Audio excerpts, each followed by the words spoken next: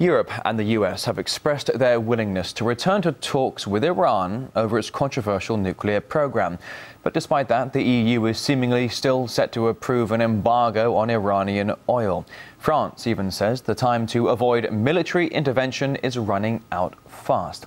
As for the US, this week it strengthened its presence in the region by sending a second aircraft carrier to the Arabian Sea.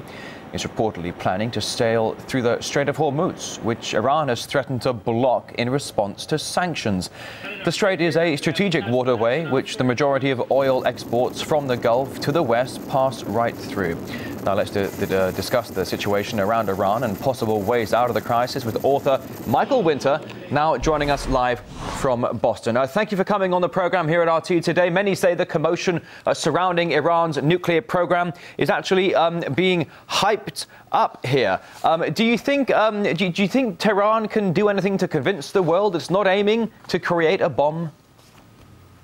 Well, I believe one possible scenario, and of which I'm sure there's many, would be to promote a television show, and it seems a bit far-fetched, I know, but the way would be to propose a television show for Iran to create a show that would prove to the world that they're really not seeking nuclear weapons. I would say that Iran has a right to nuclear power. What they're trying to do is create nuclear power for their country, which they could sell excess power to African countries. Another point is they could take away the power of the mainstream media in America by using this show, because the media in America, Americans believe whatever comes on the television. They believe what mainstream media tells them. If Iran were to take the initiative and try to create a show that is monitored by the IAEA and let them go everywhere, let the cameras follow, let Iran prove to the world that they're not seeking a nuclear weapon. So, I mean, as you suggest, the creation, the invention of a program by Iran to allow people to, almost in one way or another, to inspect for themselves, to follow IAEA inspectors to various nuclear plants. I'm looking at a recent article that you penned where it says that the current mainstream media mantra in the US is that Iran is trying to produce a bomb, that they need to be stopped with the elections coming up soon in America. A lot of the Republican presidential candidates are again hammering this home, that Iran is a threat to all people's security. The IAEA has allowed many inspections to be performed.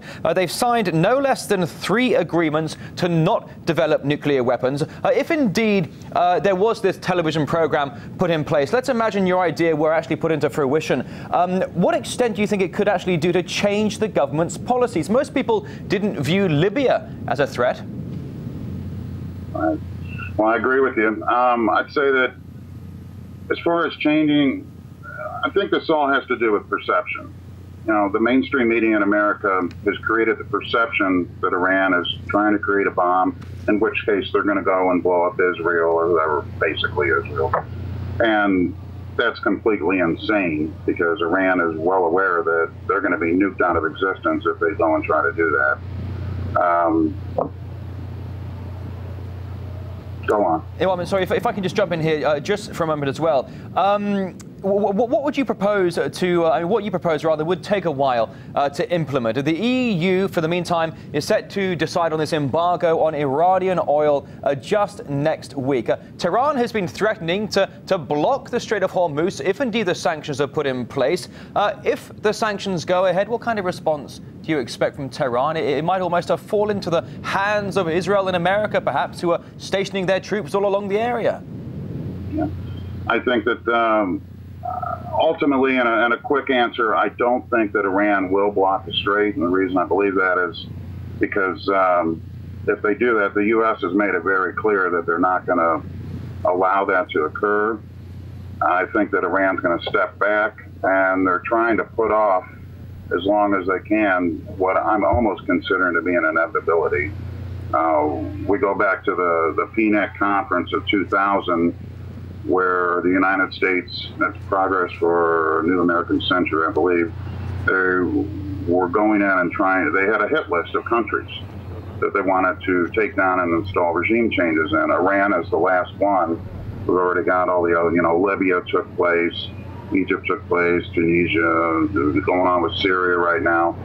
I don't think that Iran will block the strait. I think hostilities are going to happen regardless, though, because I believe the U.S. is just itching to do this. And while this television program may be a good idea to prove to the world that Iran is not seeking nuclear weapons, I think that the ultimate goodness out of this would be Iran, or the United States would lose its force. It would lose its momentum if Iran could prove that they're not. And the U.S. would have to step back, take a look, and try to come at Iran from a different angle, which ultimately it just buys time for Iran. Well, indeed. I mean, as you say in your article, that the wind needs to be taken out of the warmongering sails of Congress and the Obama administration. No wind and no movement of the ships of war. Michael Winter, I'm afraid, I wish we had more time. That's all we have for today. Live from Boston in the U.S. Thank you for coming on RT. Thank you very much.